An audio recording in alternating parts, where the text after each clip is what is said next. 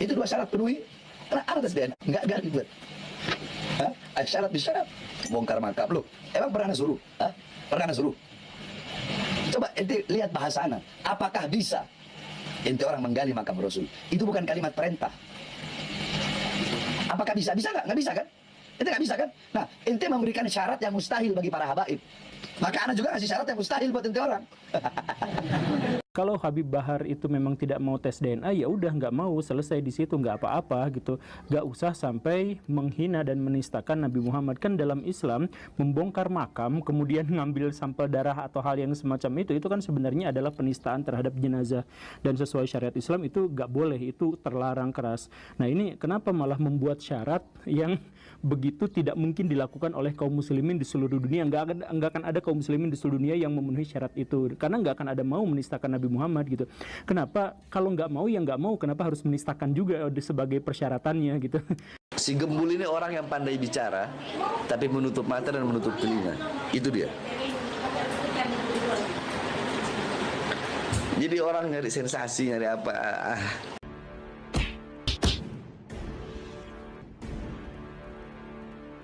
Assalamualaikum warahmatullahi wabarakatuh. Om Swastiastu, Namo Buddhaya, salam kebajikan.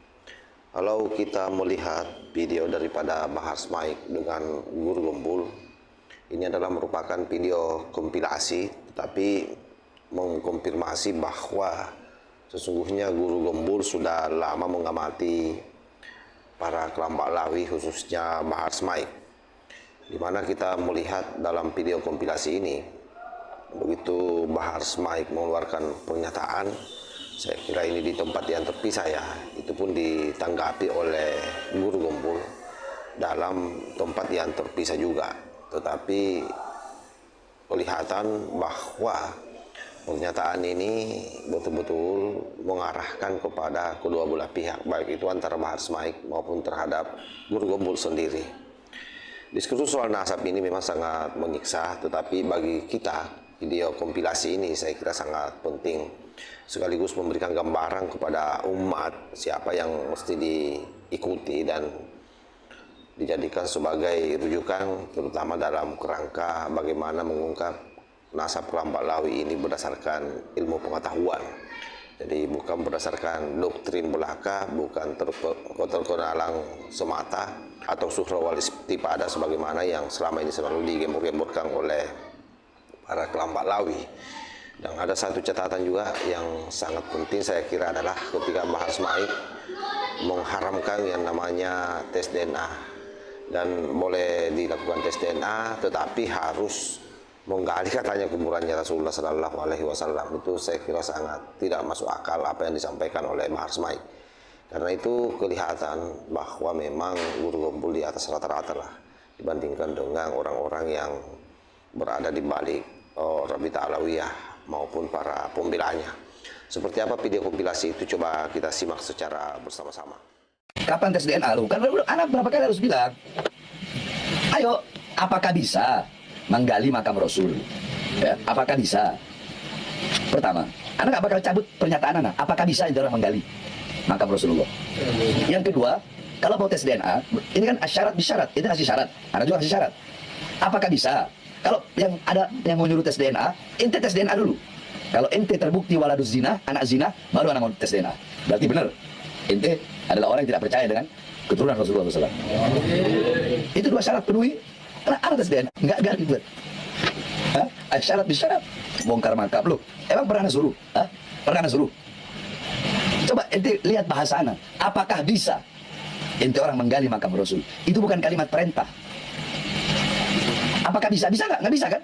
Ente nggak bisa kan? Nah, ente memberikan syarat yang mustahil bagi para habaib. Maka ana juga ngasih syarat yang mustahil buat ente orang. Kalau Habib Bahar itu memang tidak mau tes DNA, ya udah nggak mau, selesai di situ, nggak apa-apa gitu. Nggak usah sampai menghina dan menistakan Nabi Muhammad. Kan dalam Islam membongkar makam kemudian ngambil sampel darah atau hal yang semacam itu kan sebenarnya adalah penistaan terhadap jenazah, dan sesuai syariat Islam itu nggak boleh, itu terlarang keras. Nah ini kenapa malah membuat syarat yang begitu tidak mungkin dilakukan oleh kaum muslimin di seluruh dunia. Nggak akan ada kaum muslimin di seluruh dunia yang memenuhi syarat itu, karena nggak akan ada mau menistakan Nabi Nabi Muhammad gitu. Kenapa kalau nggak mau ya nggak mau, kenapa harus menistakan juga sebagai persyaratannya gitu. Si Gembul ini orang yang pandai bicara, tapi menutup mata dan menutup telinga. Itu dia. Jadi orang nyari sensasi, nyari apa. Bahwa ternyata Pak Habib Bahar tidak bisa membaca Arab gundul. Jadi pas diminta membaca, gagap sekali gitu, panik gitu. Oh, gimana ya? Ya begitulah, seperti itu ya. Agak gagap, kemudian saya baca terjemahannya saja ya, Arabnya soalnya nanti lama gitu ya. Tapi pada akhirnya ya karena situasi dan kondisi jadi dibaca juga Arabnya. Cuman yang agak uniknya itu adalah selain sangat belepotan, sangat gelagapan, ternyata membacanya juga dari kiri ke kanan sama seperti orang membaca huruf Latin gitu. Ini kan benar-benar aneh. Kapan Anda baca kitab kebalik? Emang pernah ya? Kalau Anda pernah baca kitab kebalik, mungkin kitabnya cetakan yang kebalik, atau mungkin anaknya yang sabkul lisan salah dalam sabkul kiroah, salah dalam membaca. Itu hal yang biasa. Jangankan anak, para imam-imam saja mereka sering sabkul lisan, salah dalam berkata, salah dalam kiroah, salah. Perkara itu salah. Al-insan mahalul khata' wa nisyan. Itu hal biasa. Makanya kalau ada yang ngomong seperti itu, ya karena orang yang tinggi ilmunya, mereka pasti tidak akan gampang menyalahkan orang lain. Mereka tahu, oh mungkin ini sabkul kiroah, salah dalam bacaannya karena terlalu cepat. Pak Habib Bahar bin Smith di pengadilan, ketika beliau sedang diadili, kemudian ada saksi dan kemudian beliau mengatakan, kamu tahu nggak siapa saya? Saya adalah keturunan Nabi. Kalau kakek saya begini, kamu tahu kakek saya seperti ini, kenapa kamu memberatkan? Kamu membuat kesaksian yang memberatkan pada saya. Itu kan sebenarnya menyakiti kaum muslimin. Karena ada orang yang melakukan kekerasan atas nama Nabi, diadili, tapi minta privilege. Siapa yang melakukan itu? Golongan habaib.